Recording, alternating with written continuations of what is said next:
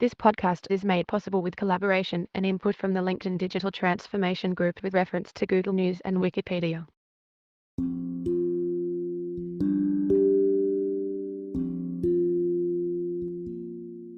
Keeping up with digital transformation.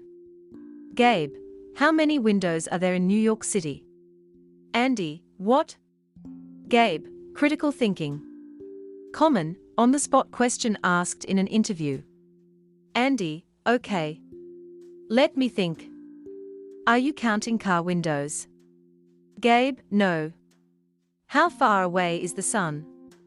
Andy, 93 million miles. And the diameter of the sun is 870,000 miles, which makes it 109 times wider than the Earth, and Gabe looks visibly annoyed, 333,000 times heavier than the Earth. Gabe, shut up about the sun. Shut up about the sun. Whether or not you have seen The Office, US, and know that Gabe is annoyed that Andy's answers are correct because he dislikes him, you probably know that critical thinking questions are used to evaluate a candidate's thinking process.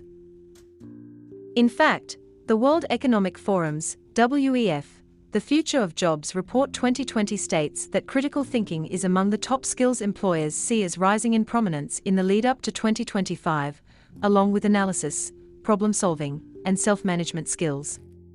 Although all these skills were required decades ago as well, they are more important now because organizations worldwide are facing a reskilling emergency. As technology increasingly automates more tasks, organizations need to redefine the roles of their employees as they are likely to require a different set of skills and capabilities. While hard, technical skills, programming languages, knowledge of common operating systems, AI, etc., are in demand, it is those enduring capabilities which will help employees adapt their hard skills to the changing environment and acquire new skills. Muhammad Umar, head of HR, Standard Chartered Bank Pakistan, SCB, says that in the banking industry alone, 7,000 new jobs will be created in the next 5 years and the dimensions of 17,000 jobs will change. There is a dearth in the market for new positions because the demand is more than the supply. In order to overcome this, we reskill our employees to enable them to take on the new roles that come. The key element in our strategy is building a future-ready workforce. Arij Khan, VP Digital, Telenor Pakistan, agrees. At Telenor Pakistan, we are investing in upskilling our workforce because the way of work, customer demands, and market dynamics are evolving. Given that banks, telecoms, and e-commerce companies are at the forefront of digitization in Pakistan, Aurora spoke to some of the top players in these sectors to find out where the lacunae are in the talent pool they hire and what they are doing to upskill their employees. What employees need. When companies hire, some look for strong academic credentials or what you have accomplished, and others look for how passionate a candidate is about the potential job. Of the stakeholders Aurora spoke to, only one recruited their digital talent exclusively from LUMS and IBA, the others Asiatic Public Relations, April, Daraz, Foodpanda, SCB, and Telenor Pakistan, do not necessarily look at education as a filter, and although some prefer candidates with basic digital or technical skills, it is the enduring capabilities that are more important to them. As Imran Salim, Group Vice President Commercial, Daraz, puts it, technical or functional skills are not that important for us, as they can be learned today or tomorrow, unlike soft skills. Critical thinking. Of the top enduring capabilities companies believe are necessary, the most important was critical thinking or creative problem solving. According to Imshaz Noor, CEO, Orange Fox, you can tell someone has good critical thinking skills if they are good at math teaches logic and analysis. If I ask, how many ping pong balls can you fit in a shipping container? A candidate's thinking process should demonstrate logical reasoning to answer such an abstract question. However, asking abstract questions during an interview might not always be the best way to gauge critical thinking skills. Armin Rammal, Director, April, suggests that some people may not even realize that they have the ability to think critically. People deal and solve a whole host of personal problems every day, so they may well have those skills. It is the fault of the interview process, which is so formal, and companies may be better off having a get-to-know-you chat rather than asking typical questions. A general weakness in critical thinking skills seems to be a fairly common complaint among many companies, and a reason why this may be is that our schooling system is based on just listening or learning, rather than asking questions and holding meaningful discussions. It is a well-established fact that if students are encouraged to use logic and reasoning to question the information given to them, they are more likely to develop critical thinking skills. According to Syed Ur Iqbal, ECD, JWT Gray, Pakistan, another factor that enters the equation is simply laziness. If people in Pakistan can learn to be on Tinder with multiple profiles or understand how to torrent movies and TV shows, I am sure they are capable of smart problem solve as well. Salim opines that to encourage critical thinking, organizations should define simple and common goals for their employees. A campaign manager has designed a great campaign, but what is the end goal? There must be a simple objective everybody is working towards. For Daras, it is about acquiring 100 million customers by 2030. We define pathways for people to follow, but everyone must understand the goal. Giving them this information and then letting them get on with it allows them to be more critical in their thinking. Rian Akhtar, CDO, Karandaz, says the issue is a lack of analytical skills. We have developers, coders, project managers.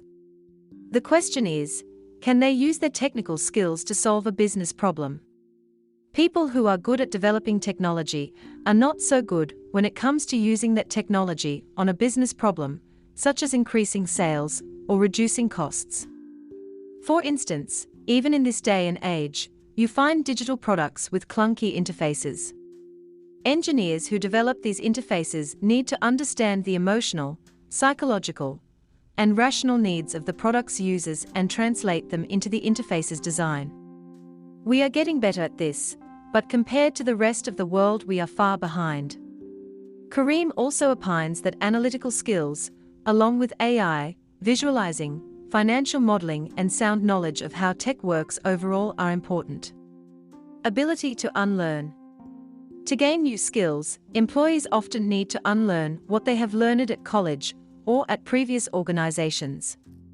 Mental agility and adaptability are what enable employees to let go of preconceived notions and adapt to new roles.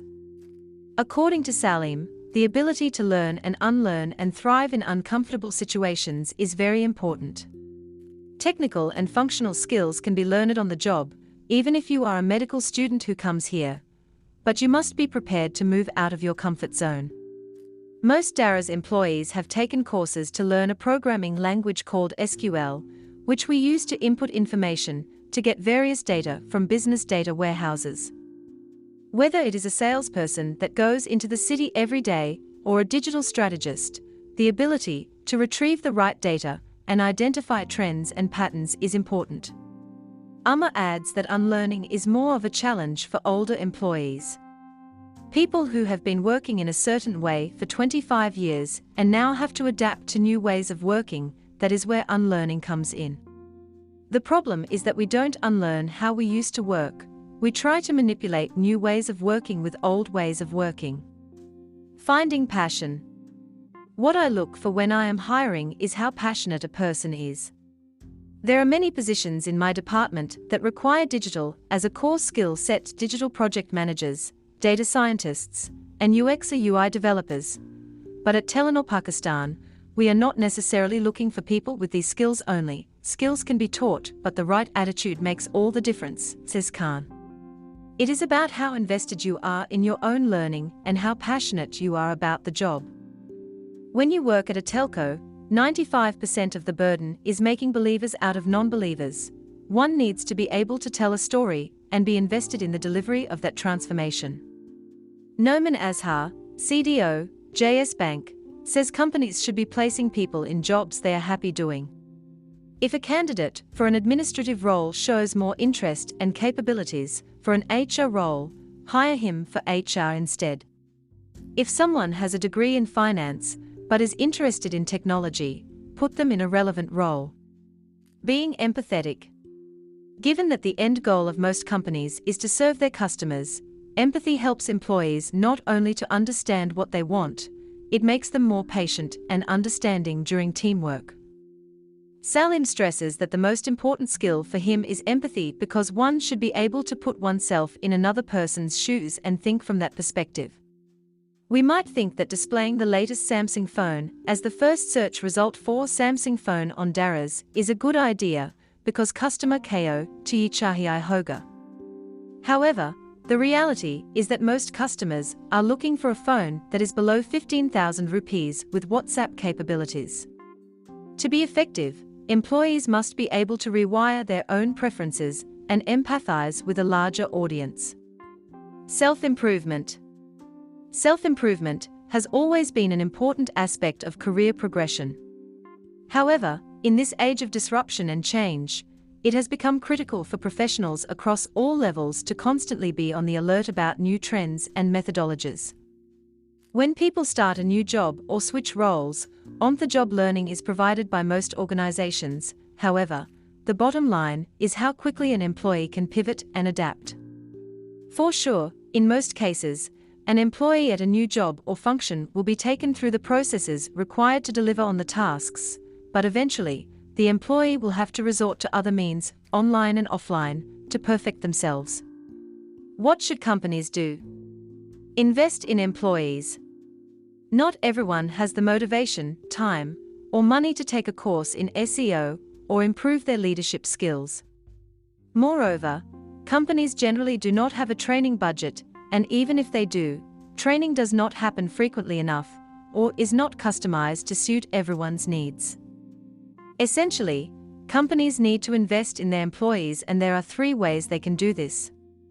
Firstly, by providing free learning modules and training. SCB and Telenor Pakistan have their own learning platforms, Discover and Telenor Academy, respectively. According to Karamabid, Head Country Technology Management, SCBP, Discover has topics ranging from data and analytics fundamentals to sustainable finance foundations, and the platform has a 90% digital adoption rate. Telenor Academy, meanwhile, contains thousands of courses from Coursera, LinkedIn Learning, Telenor curated content, and links to external podcasts and articles.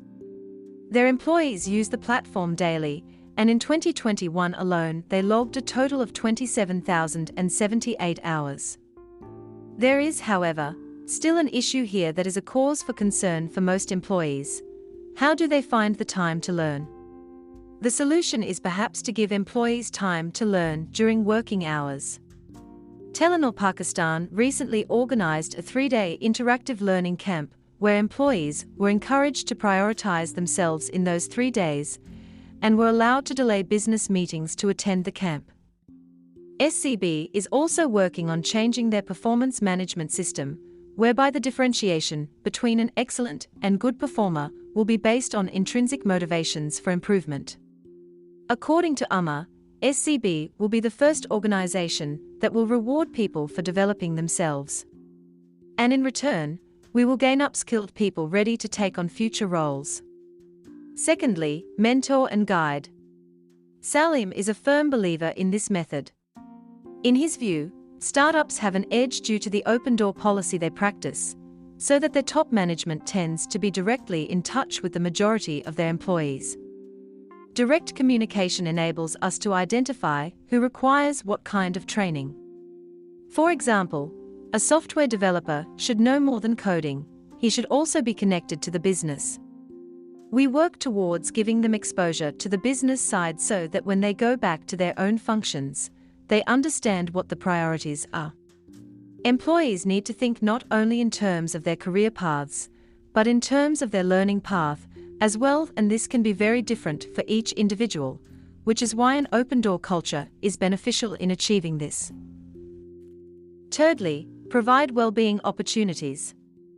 Hira Osman, head of talent acquisition, Food Panda, says that her organization does this by offering yoga and Zumba classes during work hours, free counseling services, sessions with nutritionists for a healthy diet, and free health screenings.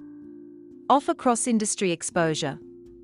Companies across different industries can partner to give their employees exposure to skill sets and learnings that each player excels in and vice versa.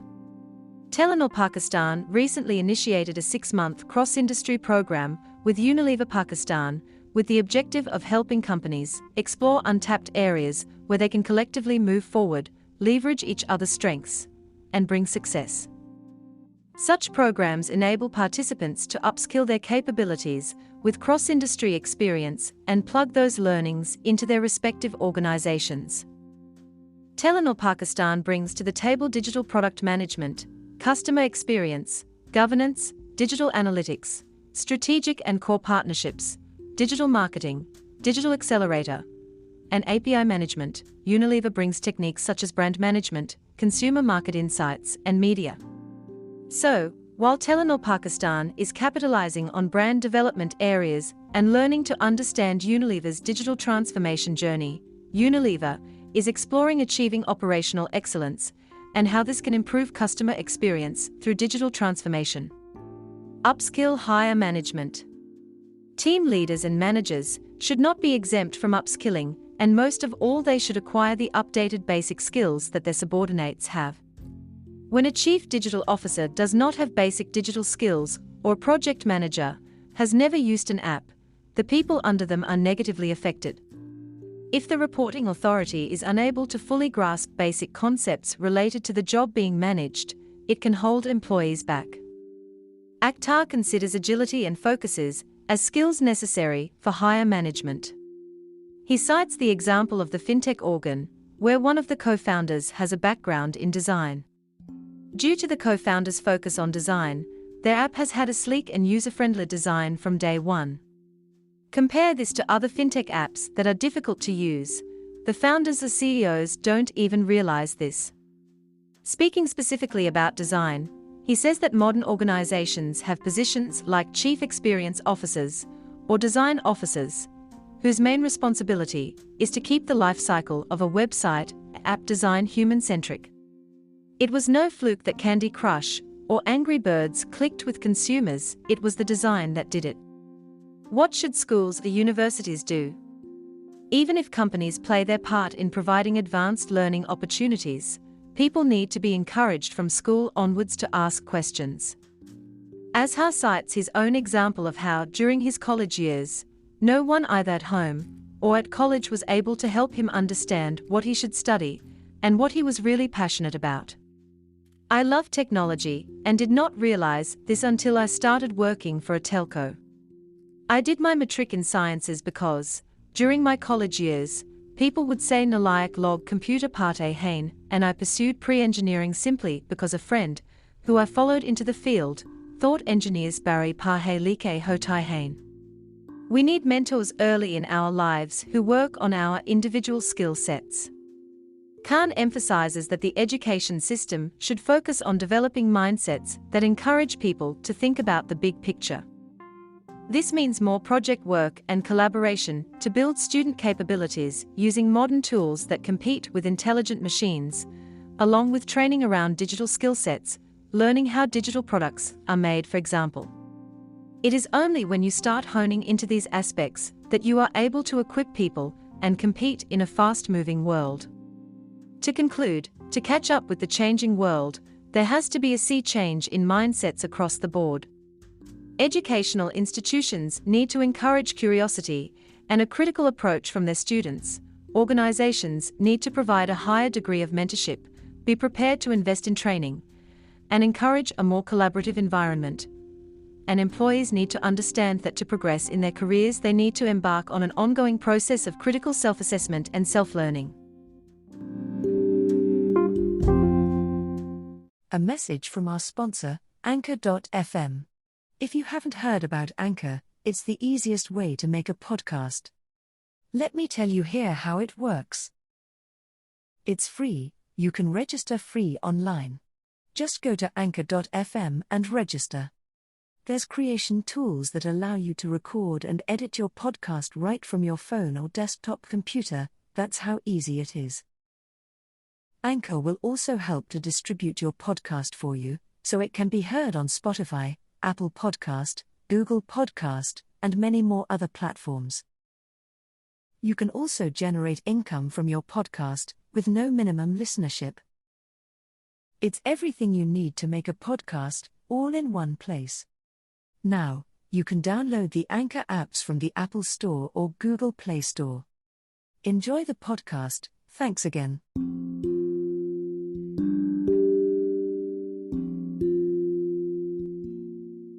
The 5 fronts of digital transformation in the middle market. The past 18 months have brought unprecedented challenges to businesses of all sizes, and the U.S. middle market was not immune. The National Center for the Middle Market, NCMM, has been tracking the performance and sentiments of companies between $10 million and $1 billion in annual revenues since 2012. After experiencing negative growth rates in 2020, the average revenue growth for the period of June 2020 to June 2021 was 8%. That's good news, as average annual growth dating back to 2012 has been approximately 6.5%. However, a closer look reveals a split recovery. 45% of companies reported revenue growth of 10% or more, but another 34% experienced flat or declining revenue. Employment growth also returned to positive rates, with an average growth of 5.9% across the sector. In addition, 70% of the middle market workforce reported being back to their primary work location as of June 2021. Leaders of mid-size companies also cited the 2 most difficult aspects of running their business in the current environment.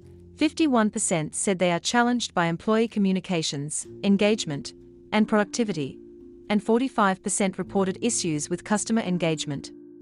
The severity of these challenges varies by industry. For example, 60% of healthcare companies say they struggle with employee engagement, and 55% of construction companies find it difficult to engage customers in new and beneficial ways. With an uneven recovery and ongoing challenges, how can mid-size companies continue to thrive? We know from our research over the past decade that they are generally resourceful in the face of constraints such as capital, expertise, and time. Focusing on digitizing their businesses will help address challenges around customer and employee engagement. The pandemic has shifted priorities. Investment in various technologies has accelerated because of the pandemic, with the goal of addressing a number of operational areas, such as cybersecurity, customer engagement, and communications. But this shift to digitization does not necessarily reflect how executives are feeling about the state of their own businesses. We asked leaders about the importance of digitization, and while 52% cited it as either important or extremely important, only 35% considered themselves advanced or ahead of their peers. In addition, only 46% of middle-market companies say they have a digital roadmap built into their strategy, meaning the rest either have no defined plan or are unable to address it at this time. As with other challenges, digital maturity levels differ by industry. Take the manufacturing industry, which is one of the largest sectors in the middle market, at approximately 17% of all companies.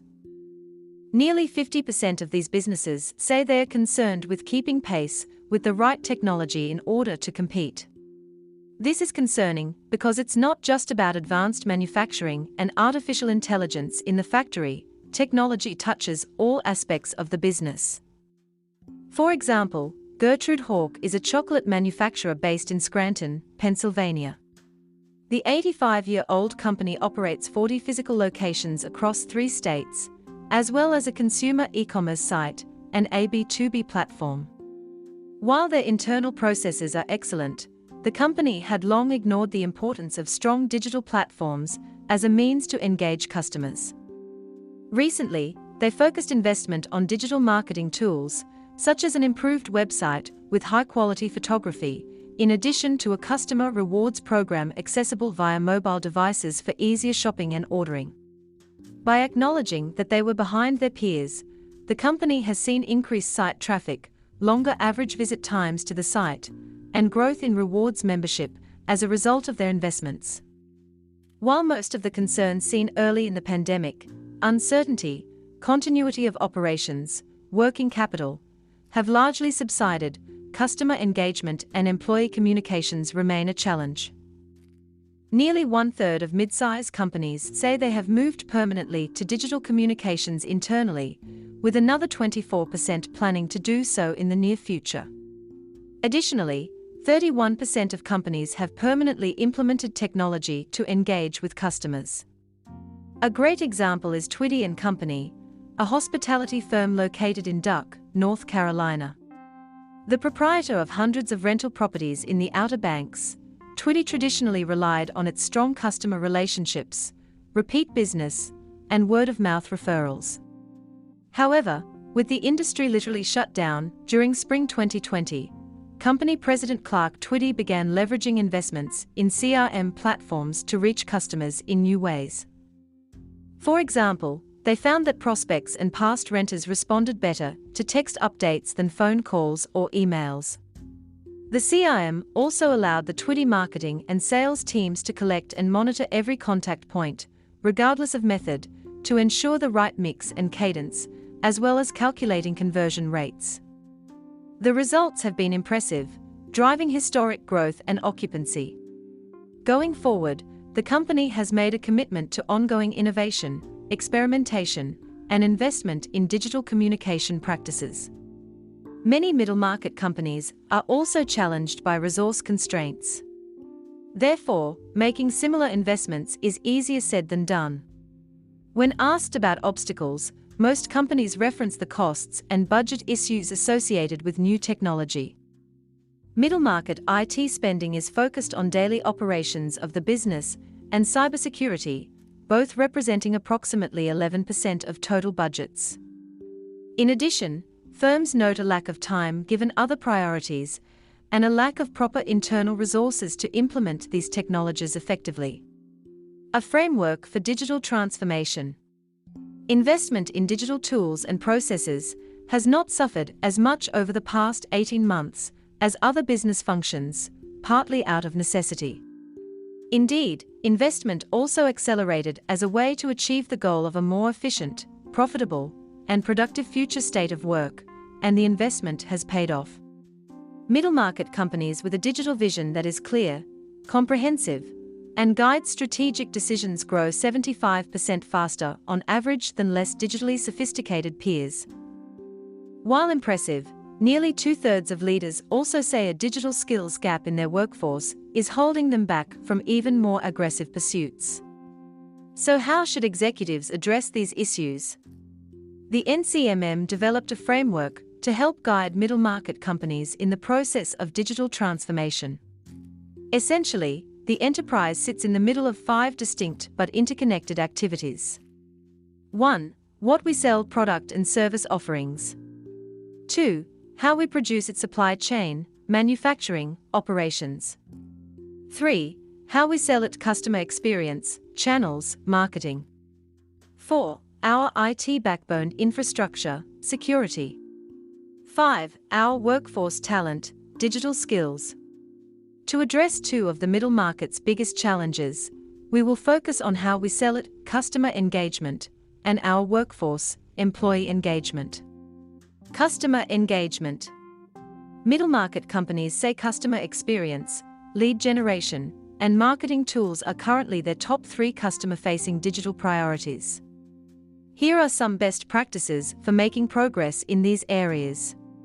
Place greater importance on integrated multi-channel marketing and sales, finding the right mix of online and offline marketing, sales, and service. Develop a more functional website that connects customers with employees and offers support for products and services. Increase online interaction with customers, website, social media, mobile. Use a variety of digital customer experience and analytics tools. Use technologies that support the sales force, such as CRM systems and social media. Work toward an omnichannel, end-to-end digital experience on all platforms and channels. Employee engagement. Accessing, attracting, and retaining the right talent has been a challenge in the middle market for several years. Leaders are especially challenged when it comes to finding potential employees with the right digital skills. To address these issues, middle-market companies should do the following.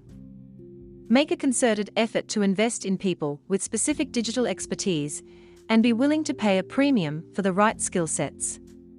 Adopt the latest and best technology and digital processes, including using digital platforms for employee goal setting and performance management, and using mobile apps for talent acquisition. Take a strategic approach to realigning the workforce and deciding which activities can be contracted to outside specialists in order to combat the digital skills gap. Provide career training and development and clear career paths. Insico, started in 1947 near Philadelphia, develops and produces high-precision machine parts, originally for the phonograph and textile industries, but more recently for medical, defense, and aerospace customers. Their investments in advanced manufacturing technology have preserved their ability to meet stringent production requirements to the millionths of an inch.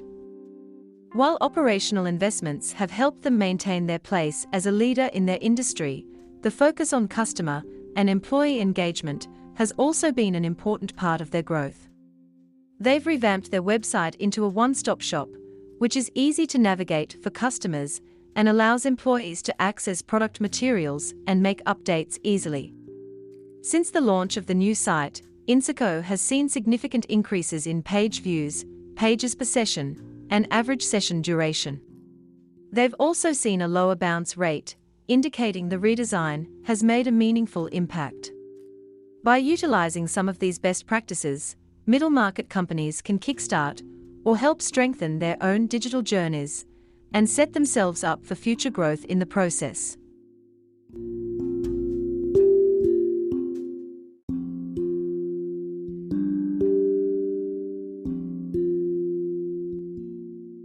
Digital mindfulness, being digital instead of doing digital. This saying, often misattributed to Mahatma Gandhi, but actually penned by Arlene Lawrence in her book, The Love Project, encapsulates the difference between doing digital stuff and being a digital business. Organizations attempting digital transformation tend to fixate on projects and processes in lieu of people and products. Worse, in a post-pandemic world, organizations that attempt to return to normal are more apt to be lapped by competitors, or not return at all.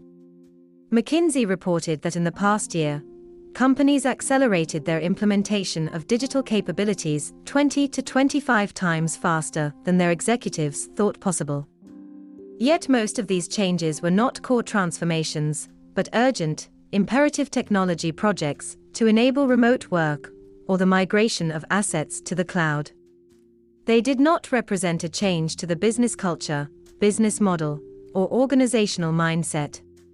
Even Gartner acknowledges this difference, arguing that these kinds of projects are more digitization than digitalization.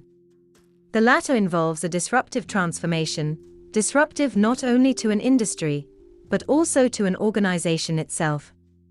Digital transformation follows from longer-range strategic plans, not a set of technology projects. Many businesses think going digital means adding more technology, says Giles Crouch, Chief Digital Officer at Sapient, a digital strategy and design firm. Sometimes, though, it's about taking technology away, or combining what already exists in smarter ways. Crouch observes it is a challenge for many executives to think in terms of two worlds at the same time, the physical and digital worlds that people inhabit, and how they behave differently in each. Indeed, a cautionary pre-pandemic study led by North Carolina State University revealed more than half of organizations' investments in digital transformation initiatives have been wasted. Stanford University Executive Program Director, Behnam Tabrizi, explains, fundamentally, it's because most digital technologies provide possibilities for efficiency gains and customer intimacy. But if people lack the right mindset to change and the current organizational practices are flawed, digital transformation will simply magnify those flaws. CPG manufacturer Mars has implemented some fancy tools and capabilities, according to its Chief Digital Officer, Sandeep Dadlani, but its secret ingredient is the amplification of its employees. The company has trained and immersed over 20,000 of its people in design thinking, 30,000 in data and analytics, and 8,000 in AI and machine learning. Not only has Mars gone big with digital, but it also has put a speedometer on its transformation. Our way of looking at digital is to go 100x, a 100 times faster pursuit of our purpose, Dadloni says. How urgent is it to be digital rather than simply do digital stuff? Only 11% of 1,140 business executives surveyed by McKinsey earlier this year believe their current business models will be economically viable through 2023. Digital transcendence versus digital transformation. When we are constantly in a state of doing, we lose the big picture, contends Jim Stadler, EVP and Chief Marketing Officer with First Midwest Bank. Being digital is a way of life and how you operate the business. If it's just another project, it's not part of your DNA, says Stadler. Easier said than done. Many executives have recurrent nightmares about the emergence of upstarts in their industry. That kind of agility can seem unreachable for legacy company executives. Startups today are born and bred digital. So if your business cannot adopt a startup state of mind, then expect a digital upstart to upset your market.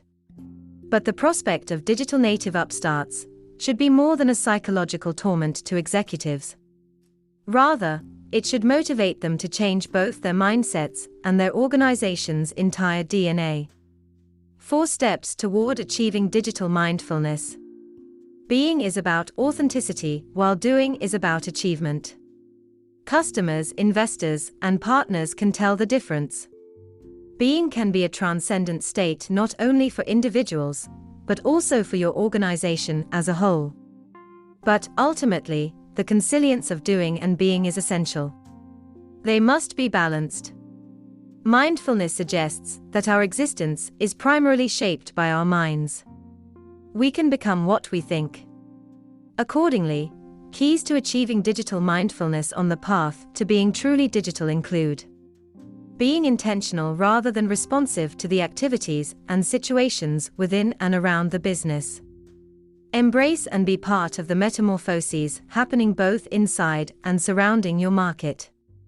Being open to and aware of the whole of the business and market, not just seeing it as a set of components. This allows for new framing, resulting in the emergence of new and broader digital business models. Being non-judgmental about what's happening with employees, customers, suppliers, partners, competitors, regulators, etc. Instead, accept the ebbs and flows of the entire ecosystem. This allows for less reactionary, more strategic thinking about how to achieve interconnectedness. Being self-actualizing by seeing your business compassionately through the eyes of others, and not just your immediate stakeholders. This will help you conceive new ways to augment their experience, or introduce new individuals to what you offer. Western culture places a lot of emphasis on doing, or getting things done. This manifests in a project mindset instead of a product mindset, leading an organization to be focused inward rather than on its place in the world. We must remember our customers, partners, and employees are human beings, not human doings. The more your strategy empathizes with and accommodates their raisons d'etre, the more your organization will achieve a change to its cultural genetics and ascend to a higher state of being. Thank you for listening. If you like this podcast, please subscribe and share it with your friends and colleagues. Please also support us by clicking the support button at our page anchor.fm/Maifors, MAIFORS. That's all for today. Hope you enjoy the podcast. We will see you again in the next episode. Have a great day, take care and stay safe.